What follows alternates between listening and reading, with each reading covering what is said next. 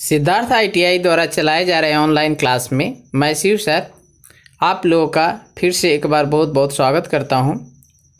आज मैं TIG welding में आप लोगों को टिग वेल्डिंग के द्वारा किस किस मेटल का हम वेल्डिंग कर सकते हैं और टिग वेल्डिंग के द्वारा किया गया जॉइंट, टिग वेल्डिंग के द्वारा बनाया गया जॉइंट किस प्रकार का जॉइंट बनेगा और कौन कौन मेटल का हम वेल्डिंग कर सकते हैं, ये सारे आज मैं आपको डिटेल्स में बताने जा रहा हूं। तो चलिए शुरू करते हैं और आते हैं इस टॉपिक पर। तो देखिए, टिग वेल्डिंग का प्रयोग सामान्य रूप में स्टेनलेस स्टील और नॉन फेरस मटेरियल्स जैसे एल्युमिनियम और मैग्नीशियम को वेल्ड करने के लिए किया जाता है, परंतु इसका प्रयोग लगभग सभी धातुओं के लिए किया जा सकता है। केवल जिंक और उसके एलॉयज के लिए इसका प्रयोग नहीं किया जा सकता है। कार्बन स्टील्स के लिए टिग वेल्डिंग का प्रयोग सीमित है क्योंकि इनके लिए अन्य कई सस्ती वेल्डिंग विधियां उपलब्ध है। वेल्ड करने वाले मटेरियल और वेल्डर के स्किल पर निर्भर करते हुए फ्लैट पोजीशन के अतिरिक्त टिग वेल्डिंग अन्य कई पोजीशन में की जा सकती है। अब जानते हैं कि एल्युमिनियम और मैग्नीशियम का वेल्डिंग कैसे करते हैं। तो इन मेटल्स की वेल्डिंग अक्सर अल्टरनेटिंग करंट से की जाती है, मीन्स AC करंट से, परंतु आवश्यक गुणों पर निर्भर करते हुए डायरेक्ट करंट का भी संभव है, मतलब DC करंट के द्वारा भी हम वेल्डिंग कर सकते हैं। वेल्डिंग से पहले कार्य क्षेत्र को साफ करना और एल्युमिनियम को 175 से 200 डिग्री सेल्सियस और मोटे मैग्नीशियम वर्कपीस को ज़्यादा से ज़्यादा 150 डिग्री सेल्सियस तक प्री हीट करना होता है। इससे पेनिट्रेशन और वेल्डिंग की स्पीड में सुधार होगा। AC करंट से सेल्फ क्लीनिंग होती है। जब अल्टरनेटिंग करंट का प्रयोग किया जाता है तो थोरिएटेड इलेक्ट्रोड के स्थान पर प्योर टंगस्टन इलेक्ट्रोड की प्रायोरिटी दी जाती है। पतले वर्कपीस पर कुंद टिप वाले इलेक्ट्रोड और शुद्ध आर्गन सील्डिंग गैस का प्रयोग करना चाहिए। अधिक मोटे वर्कपीस पर वेल्डिंग के लिए हीलियम जोड़ी जाती है। अधिक मोटे वर्कपीस की वेल्डिंग करने के लिए हीलियम जोड़ी जाती है क्योंकि यह अधिक पेनिट्रेशन देती है, परंतु हीलियम मिलाने से आर्क शुरू करना मुश्किल हो जाता है। डायरेक्ट करंट की दोनों पॉजिटिव या निगेटिव पोलैरिटी के प्रयोग से एल्युमिनियम और मैग्नीशियम की वेल्डिंग की जा सकती है। डायरेक्ट करंट इलेक्ट्रोड निगेटिव उच्च पेनिट्रेशन देती है। एल्युमिनियम की वेल्डिंग में आर्गन सील्डिंग गैस के रूप में प्रयोग किया जाता है। हाई प्रतिशतता हीलियम वेल्डिंग गैसों का प्रयोग अधिक मोटे मटेरियल्स में हाई पेनिट्रेशन के लिए किया जाता है।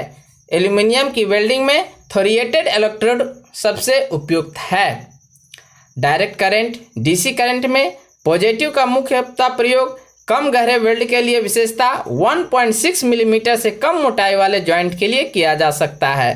थोरिएटेड टंगस्टन इलेक्ट्रोड का सामान्य रूप में शुद्ध आर्गन सील्डिंग गैस के साथ किया जाता है। अब जानते हैं हम कि स्टील्स का इसके द्वारा वेल्डिंग करते समय वेल्डिंग का जॉइंट कैसा बनेगा और वेल्डिंग हमारा कैसा होगा। तो यह महत्वपूर्ण होता है कि वेल्डिंग से पहले फिलर मटेरियल और वर्कपीस पर जो ऑक्साइड होते हैं उसको क्लीन करना चाहिए। उसको क्लीन करने के बाद ही, ताकि आपका जो उसमें इम्प्यूरिटीज हो वो दूर हो जाए। नहीं तो 25 मिलीमीटर से कम मोटी माइल्ड स्टील के वर्कपीस को प्री हीटिंग करना आवश्यक नहीं होता है। लो माइल्ड स्टील को प्री हीटिंग की आवश्यकता हो सकती है ताकि ठंडा होने से धीरे धीरे और आपको टेम्परेचर अफेक्टेड जोन में मार्टनसाइट न बनने टूल स्टीलों को प्री हीटिंग की आवश्यकता होती है। इससे ताप प्रभावित जोन में क्रैकिंग ना हो। अल्टरनेटिंग स्टेनलेस स्टील्स की प्रीहीटिंग की आवश्यकता नहीं होती, परंतु मार्टनसाइटिक और फेराइट क्रोमियम स्टील की प्रीहीटिंग की आवश्यकता होती है। सामान्यतः पावर स्रोत का प्रयोग किया जाता है। अब जानते हैं कि डिसिमिलर मेटल्स का इसके द्वारा हम कैसे वेल्डिंग करते हैं। तो देखिए, डिसिमिलर मेटल्स मतलब असमान धातुएं। असमान धातुओं की टिग वेल्डिंग में मुश्किलें आती हैं क्योंकि मजबूत बॉन्ड बनाने के लिए अधिकतर धातुएं आसानी से फ्यूज नहीं होती है। अब है कि फिलर जो धातु आपका है वो बेस मटेरियल में से किसी एक के समान हो सकता है। उदाहरण के लिए, अगर कार्बन स्टील के साथ स्टेनलेस स्टील की वेल्डिंग करने के लिए आपको स्टेनलेस स्टील या विभिन्न धातु हो सकती है। उदाहरण के लिए स्टील और कास्ट आयरन को जोड़ने के लिए निकल जो है फिलर धातु या अन्य मटेरियल के अनुरूप मटेरियल हो सकता है, जिसको दो असमान बेस मटेरियल पर कोट बटस्टर्ड किया जा गया हो। अब जानते हैं कि वेल्ड किए जाने वाले मटेरियल के अनुसार टिग वेल्डिंग का करंट किस प्रकार का होना चाहिए।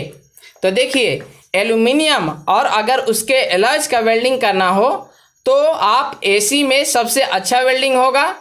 डीसी में भी आप वेल्डिंग कर सकते हैं, यह संभव है। अब है मैग्नीशियम और इसके एलॉय। तो देखिए, मैग्नीशियम और इसके एलॉय की अगर वेल्डिंग करनी हो तो हमें अल्टरनेट करंट मतलब एसी का उपयोग करना चाहिए। हाँ, डीसी से भी हम कर सकते हैं। स्टेनलेस स्टील, तो यह जो है आपको अल्टरनेटिंग करंट में संभव है, लेकिन सबसे अच्छा जो है स्टेनलेस स्टील की अगर वेल्डिंग करना हो तो डीसी करंट का उपयोग करें। ब्रास और एलॉयज, यह जो है आपको एसी करंट में हो सकता है, लेकिन इसके लिए सबसे सुटेबल आपको डीसी करंट है। उसके बाद आपका सिलिकॉन ब्रॉन्ज, यह जो है अल्टरनेटिंग करंट के लिए ठीक नहीं होती है, इसके लिए डीसी करंट से ही वेल्डिंग करना उत्तम रहेगा। उसके बाद सिल्वर आपका जो है ये भी डीसी करंट से ही करना उत्तम रहता है, हालांकि एसी करंट में भी हम वेल्डिंग कर सकते हैं। उसके बाद आपका आगे बढ़ते हैं तो कार्बन स्टील देखते हैं। तो यह जो है आप अल्टरनेटिंग करंट में संभव है, अच्छा कर सकते हैं, लेकिन सबसे बढ़िया अगर वेल्डिंग करना हो तो आप डीसी करंट का उपयोग करें।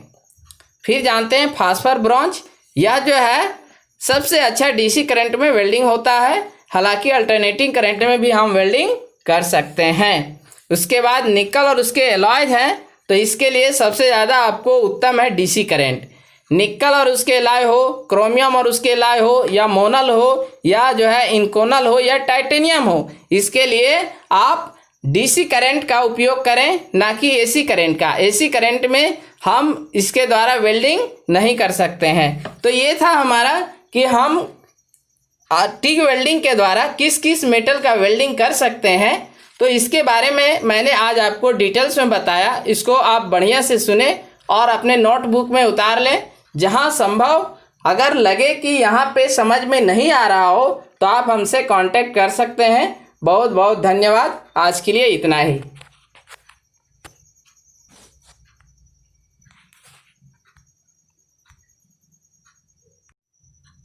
सिद्धार्थ ITI द्वारा चलाए जा रहे ऑनलाइन क्लास में मैं शिव सर आप लोगों का फिर से एक बार बहुत बहुत स्वागत करता हूं।